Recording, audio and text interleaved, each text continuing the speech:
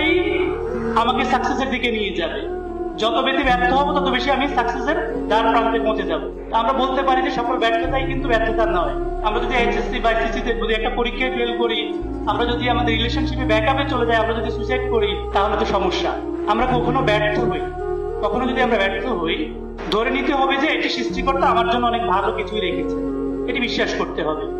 এই ব্যর্থটা আমার জন্য ভালো ছিল, এটি বিশ্বাস করতে হবে মনে প্রাণে। ধরা যাক আমি ঢাকা থেকে চট্টগ্রামে আসছি, বা কেউ একজন ঢাকা থেকে চট্টগ্রামে আসছেন, একটা বাসে উঠছেন, আরেকজন বাস ধরতে পারেননি, তিনি মিস করেছেন হয়তো 5 মিনিট 10 মিনিটের জন্য।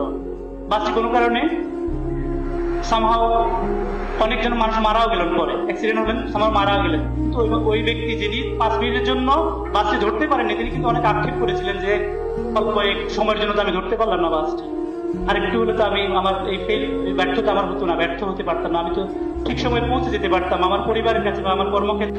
কিন্তু তিনি ব্যর্থ হয়েছিলেন, বাস ধরতে পারেননি। সৃষ্টিকর্তা তার জন্য ভালো রেখেছিলেন বলে তিনি ব্যর্থ হয়েছিলেন। ছোট্ট একটা গল্প বলি। পলিটেকনিক পাস করার পরে একজন স্টুডেন্ট ডুয়েট পড়াশোনা করে, নাকি সরকারিভাবে যদি পড়াশোনা করতে হয় ডুয়েটই একমাত্র প্রতিষ্ঠান এখনো পর্যন্ত। আরো কিছু প্রতিষ্ঠানে নেয় বিভিন্ন শর্ত সাপেক্ষে, এখন মনে হয় চালু হয়েছে আরো অন্যান্য প্রতিষ্ঠানগুলোতে।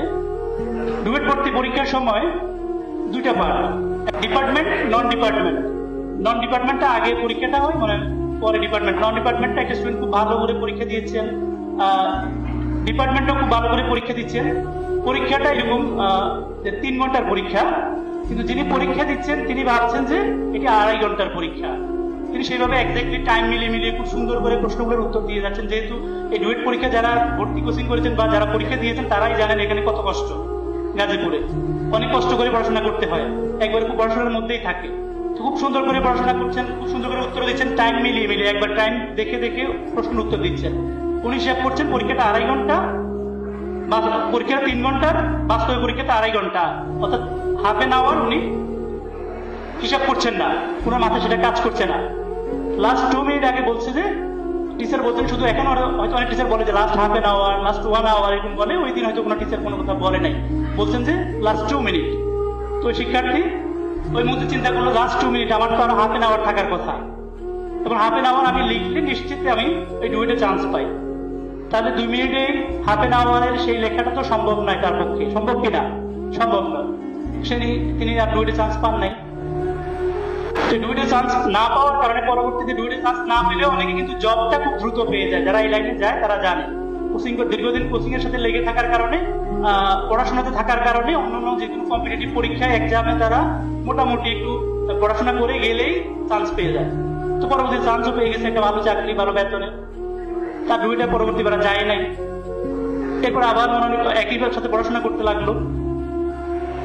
পরবর্তীতে ওই শিক্ষার্থী আবার সরকারি একটি বিশ্ববিদ্যালয়ে মাস্টার্স করেছেন অন্য বিষয়ে, অর্থাৎ রিলেটিভ সাবজেক্টেই, সিএসসিতে বা ইনফরমেশন টেকনোলজিতে আবার মাস্টার্স করেছেন। ওই মাস্টার্স করার পরে তিনি কিন্তু আবার বিসিএস ক্যাডার হয়ে গেছেন।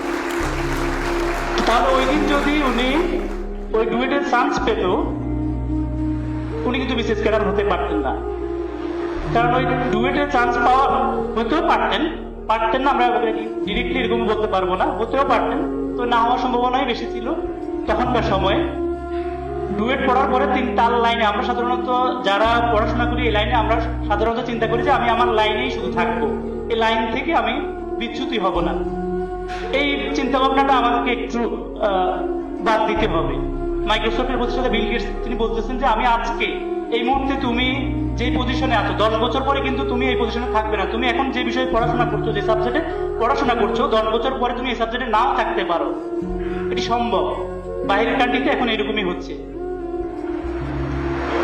তো আমি বলছিলাম, এই উদাহরণটা দিয়েছিলাম এই জন্য যে ব্যর্থতা মানে সব ব্যর্থতা নয়। ঠিক আছে, আল্লাহ হয়তো এমন কোনো কিছু ভালো রেখেছেন যেটা আমরা জানি না।